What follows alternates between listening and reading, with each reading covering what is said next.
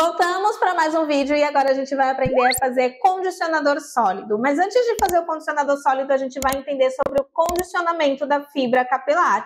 E isso é muito importante, mesmo que você não queira fazer um condicionador sólido, fica aqui nesse vídeo para você entender como funciona o condicionamento da fibra, né? E toda essa combinação de ingrediente que faz com que o condicionador fique tão completo e cumpra a função que ele realmente cumpre. A gente também vai fazer mais pra frente uma aula, um vídeo, eu fui confundida aula e vídeo, só sobre máscara de tratamento. E condicionadores cremosos e tudo mais, porque tem uma certa diferença. Aqui a gente vai mostrar a classe de matérias-primas para condicionadores de forma geral e vou mostrar também a diferença entre os sólidos e os cremosos, tá bom? Enfim, tem bastante informação, vamos lá, para o vídeo não ficar muito longo. Então, bora lá. Como fazer um condicionador sólido? Inicialmente, a gente tem que entender que existe uma classe de produtos que são os condicionantes. Por quê? Porque quando a gente fala da fibra capilar, a gente tem um cabelo que tem uma necessidade em específico e toda vez que a gente tiver que passar um produto nesse cabelo que que tenha esse intuito de condicionar, ele vai seguir a mesma classe de matérias-primas e o mesmo princípio. O que é um condicionador? É um produto que vai equilibrar as cargas eletrostáticas da fibra capilar. O que significa equilibrar as cargas eletrostáticas? Acontece, esses conteúdos muito teóricos assim, eu sempre trago no curso e fico com receio de ser muito técnica para vocês, caso você tenha caído aqui de paraquedas. Mas fica aqui comigo que eu vou tentar ser o mais detalhado, passar o máximo de detalhes possível, tá? A fibra capilar, ela tem cargas elétricas negativas, ela tende a se carregar de forma negativa, naturalmente.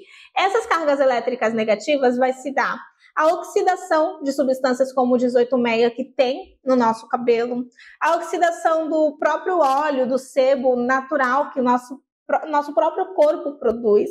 Então pensa comigo, se você já veio da aula dos óleos vegetais, eu espero que você tenha assistido, se não assistiu, você vai assistir ele e depois você vai entender o que eu estou falando aqui. Os óleos vegetais, eles têm ácidos graxos, esses ácidos graxos a gente utiliza para fazer saponificação, muitas vezes para fazer o sabão artesanal. Quando a gente utiliza pega essa gordura que é cheio de ácidos graxos e coloca um hidróxido de sódio, a gente está fazendo um sal de ácido graxo. Então, aquela substância, aquele ácido graxo, que são os lipídios, que é a gordura, o óleo, ele passa a virar um sabão, que é basicamente o sal do ácido graxo, que fica alcalino e carregado de forma negativa, vira o sabão, a gente passa na nossa pele para ensaboar, a gente lava a louça, enfim. A nossa pele, ela produz oleosidade natural com ácidos graxos. E ele se oxida, e quando ele se oxida, ele vira uma nova substância que está carregada negativamente falando. Então, só para vocês entenderem a dinâmica aqui. Além disso, algumas coisas que a gente faz força essa mudança de estrutura. Por exemplo, quando você faz algum procedimento químico que muda a estrutura do seu fio, quando você pinta o cabelo de loiro, descolore, quando você vai para a água do mar, quando você tem mudanças bruscas de temperatura, o próprio clima, o ambiente, tudo faz com que o nosso cabelo tende a ficar carregado de forma negativa. Quando a gente passa um condicionador, a gente está equilibrando as cargas eletrostáticas da fibra, deixando ele carregado de forma positiva. Então, um condicionador ele tem que ter cargas elétricas positivas, por isso que a gente usa emulsionantes catiônicos, eu vou mostrar para vocês um pouco mais para frente. Então, ele vem para equilibrar as cargas eletrostáticas do fio, ele tem afinidade com a queratina da fibra, com a própria queratina do fio, ele deixa um efeito úmido, ele fecha as escamas do fio, então traz essa reflexão da luz. Quando o cabelo está carregado de forma negativa, além das escamas estarem todas abertas, ele não tem reflexão da luz, então fica seco, fica com aspecto opaco. Ele não está lubrificado, ele rompeu camada de proteção, sobe os frizz, ele flexiona entre um e outro, os fios entre um e outro e fica desembaraçado, enfim, muita coisa acontece. acontece, né? E essa aparência a gente não gosta. Então a gente passa um condicionador que vai equilibrar as cargas eletrostáticas e dar o efeito condicionante. O condicionador, ele tem que ser ácido. Então, a gente vai fazer uma solução, uma substância que vai ser ácida também. Só que só a acidez não é o suficiente para condicionar. Por isso, o vinagre não condiciona o cabelo, ele só acidifica, fecha as escamas e só. Ele não equilibra as cargas eletrostáticas do fio. Por isso que ele só acidifica. É isso. Todos os produtos que a gente vai passar no nosso cabelo com o objetivo de condicionar vai seguir a mesma classe de matérias-primas. Porque não só de emulsionante catiônico ou de ingredientes catiônicos se faz um condicionante. Ele vai precisar de emoliente para doar uma lubrificação, ele vai precisar de umectantes para ajudar a reter água do ambiente, devolver uma hidratação para o cabelo. Ele vai precisar de uma proteína ou uma queratina que vai tampar os buraquinhos obstruídos ali da fibra e criar uma camada de proteção também. Enfim, ele vai precisar de vários ingredientes que juntos fazem um condicionador ou uma máscara de tratamento ser muito potente e fazer um processo, um trabalho integrativo, sabe? Usar só um condicionador em si vai dar aquele efeito condicionado, ok, mas dependendo da sua necessidade, você vai precisar de algumas coisas a mais, né? E aí a gente tem condicionadores instantâneos, a gente tem máscaras de tratamento, a gente tem finalizadores, a gente tem vários tipos de condicionante. E eles têm diferenças entre eles. Um condicionador instantâneo é o que a gente conhece, que a gente usa no dia a dia ali, né? A gente lava o cabelo e já passa o condicionador. Esse tipo de condicionador, ele tende a ser um pouquinho mais... Ele tem os ingredientes básicos, mas não é uma concentração tão elevada. E ele tem que ser assim, né? Não pode ser uma concentração tão elevada, porque você vai passar no dia a dia. Então, você não quer carregar e dar um peso para a sua fibra capilar no dia a dia. Você só quer que ele fique com a aparência protegida, bonita, saudável e tudo mais. A máscara de tratamento, ele já tem mais ingredientes, mais concentração de matérias-primas. Então, ele já é mais consistente, encorpado. Você já pode colocar ali ingredientes que vão preencher a fibra capilar. Então, o condicionante ele vem atuando na superfície da cutícula, enquanto uma máscara de tratamento, você pode colocar um óleo vegetal de coco que vai penetrar mais ali no córtex, preenchendo e dando uma resistência. Você pode colocar proteínas e queratinas para melhorar a aparência da fibra, coisa que no condicionador não é tão interessante, porque você não pode carregar no dia a dia de proteínas e queratinas, porque o menos é mais também. Enfim, né? Você tem uma infinidade de coisas que você pode fazer na máscara de tratamento que vai trazer essa potência, esse tratamento para a fibra, essa proteção, essa emoliência, essa nutrição, né, entre aspas, para a fibra capilar. Só que não pode ser usado de forma diária, uma vez por semana ali, a nível de tratamento, para não pesar na fibra, não causar o que a gente chama hoje em dia de hidrofobia capilar, que é quando o cabelo está tão empestado de produto que cria uma camada tão espessa que não saiu, que a higienização não foi tão adequada, não foi o suficiente, que aí chega uma hora que você passa qualquer produto no seu cabelo, o melhor produto do mundo, e ele simplesmente não vai fazer diferença. Aí você vai achar que seu cabelo tá o quê? Poroso. Por quê? Pensa que tem uma camada que está impedindo o contato de produto chegar na sua fibra, e aí não vai fazer diferença, né? Não vai conseguir fazer efeito. Certo? E o finalizador, ele já é um produto que vai permanecer na fibra capilar, já com outros objetivos de finalização. E qual é a diferença? Você não pode carregar de produto, não pode ser muito concentrado. Você não quer transferir uma máscara de tratamento passando ali como um finalizador, você vai sentir gorduras, produto transferindo para sua mão, isso não é interessante. E a gente tem o objetivo mais de texturizar a fibra, então principalmente cabelos cacheados, a gente foca em ingredientes que vão trazer essa textura para a fibra, né, que vai deixar o formato aqui mais bem feito, né? Então são finalidades diferentes, digamos assim, mas que todos têm a mesma classe de matéria-prima, de um condicionador, só que com propostas ali diferentes. Espero que tenha dado para entender até aqui, vamos seguir. Bom, qual a classe de matérias-primas dos condicionantes que eu tanto estou falando por aqui, né? A gente tem o veículo que dilui toda a matéria-prima que a gente vai utilizar no condicionador. Então, no condicionador sólido, a gente não usa a água, a gente pega o produto concentrado, coloca todos os ingredientes e ele fica concentrado. No condicionador cremoso, a gente vai pegar todos os ingredientes e diluir na água, tá bom? Então, gente, eu sei que tem um tracinho faltando aqui em matéria-prima. Toda vez eu vejo aqui e fico, não acredito que eu não corrigi isso. Mas eu só vejo na hora que eu tô na aula e também não quero perder o time da gravação. Então, vai ficar assim. Bom, o veículo é água deionizada, água desmineralizada, água destilada, não é água de torneira, não é água filtrada, é água sem cargas elétricas, com pH 7, pH neutro, que é sem surpresinhas na água, porque a gente está falando de cosméticos, que precisa ter uma integridade, que não pode contaminar, enfim. E não pode ter essa interação de cargas elétricas também, que é importante. O espessante aumenta a viscosidade da água, fazendo com que a fórmula fique gelificada. O que isso quer dizer?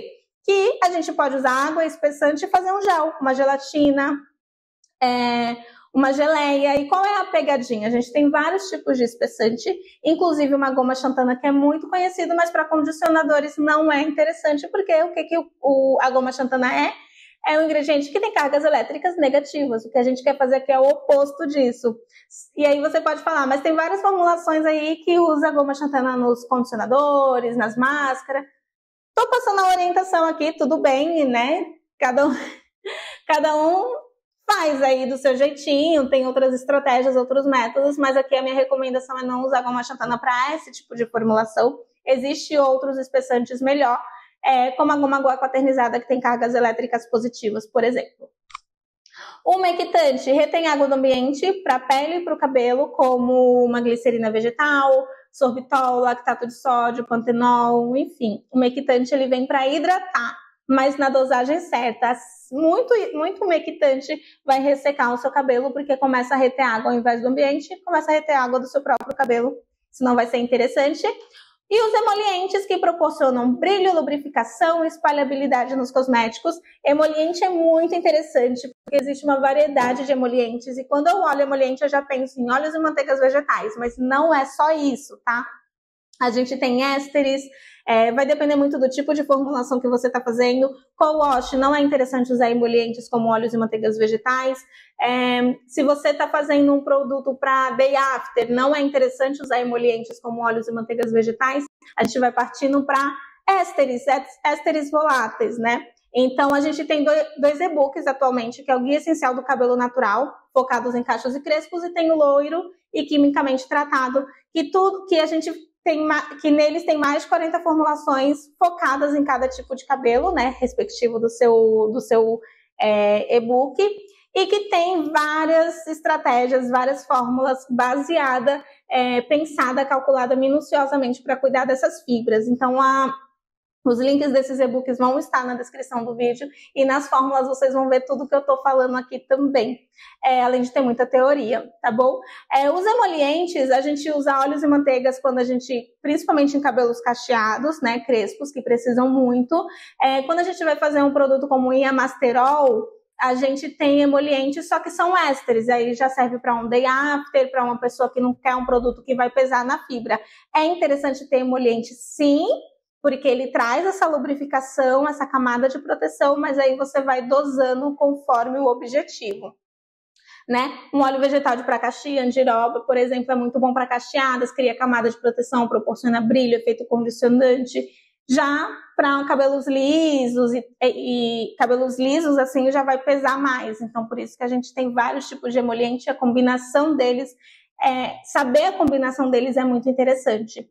E aí a gente tem o nosso ponto-chave aqui, a gente tem o emulsionante, só que é o emulsionante catiônico. O que acontece com o emulsionante catiônico?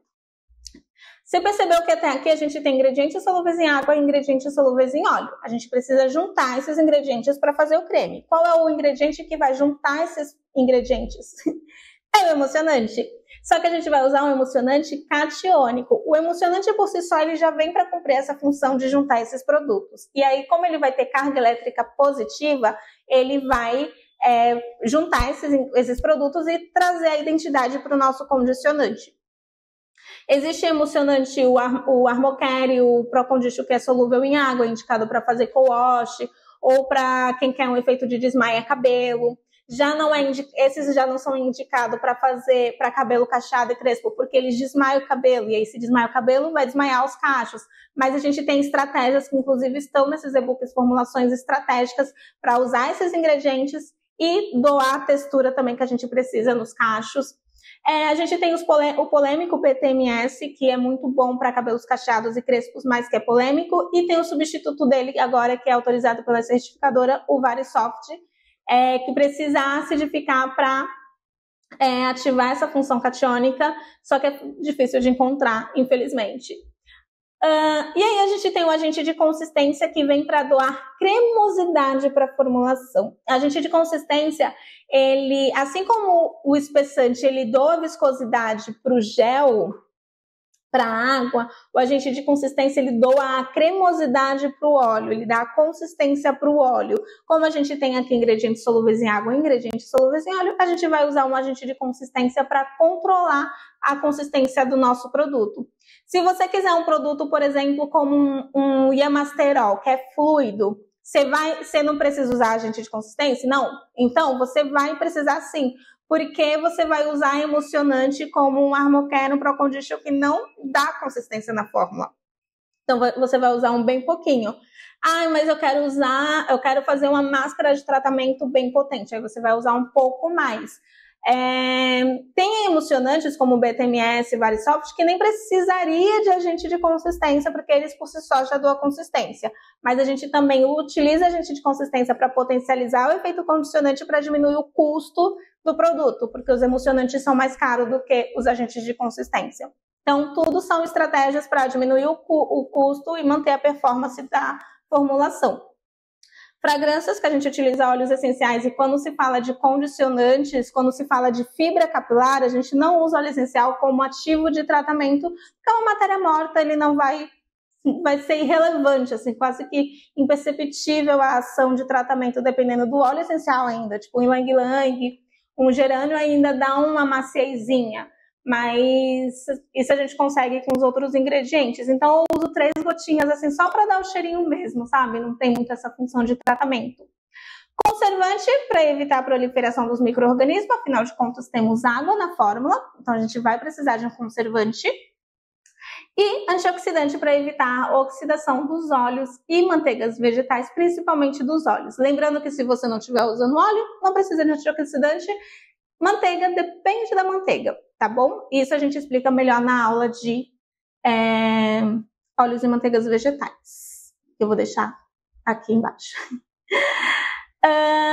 Olha só, aqui eu tô tirando os ingredientes que a gente não costuma utilizar quando a gente faz condicionador sólido. A gente não usa água, se não usa água não tem por que usar o espessante. Às vezes a gente usa, dependendo da situação, a goma guar quaternizada, mas bem às vezes. E aqui eu deixei em destaque os ingredientes principais para você fazer um condicionador sólido, que são emolientes, emulsionante catiônico, agente de consistência, aí as fragrâncias, né, os óleos essenciais para dar um cheirinho, e os antioxidantes. Antioxidantes, se não for usar óleo e manteiga, não precisa, né, vai depender. Conservante, na verdade, ele tinha que estar sublinhado, é que acontece uma questão aqui, não tem água dentro da composição e o produto é totalmente anidro, então ele em si não precisa de conservante, mas como ele vai ter um banheiro, que é um ambiente úmido, como ele vai ter contato com a água, a gente acaba colocando a nível de preservação mesmo, assim, só para evitar dor de cabeça futura. E, basicamente, a gente precisa entender quais são as possíveis formulações com os condicionantes, porque a gente já tem esses princípios básicos, só que você pode fazer algumas coisinhas para mudar ali, trazer outras finalidades para esses produtos. Então, você pode acrescentar proteína, pantenol, extratos para ter máscaras de tratamento. Você pode ter ingredientes de limpeza suave para fazer um co-wash, como, por exemplo, para fazer co-wash, eu usaria o Pro Condition ou o Armocare, que você já teria um co-wash porque eles são solúveis em água.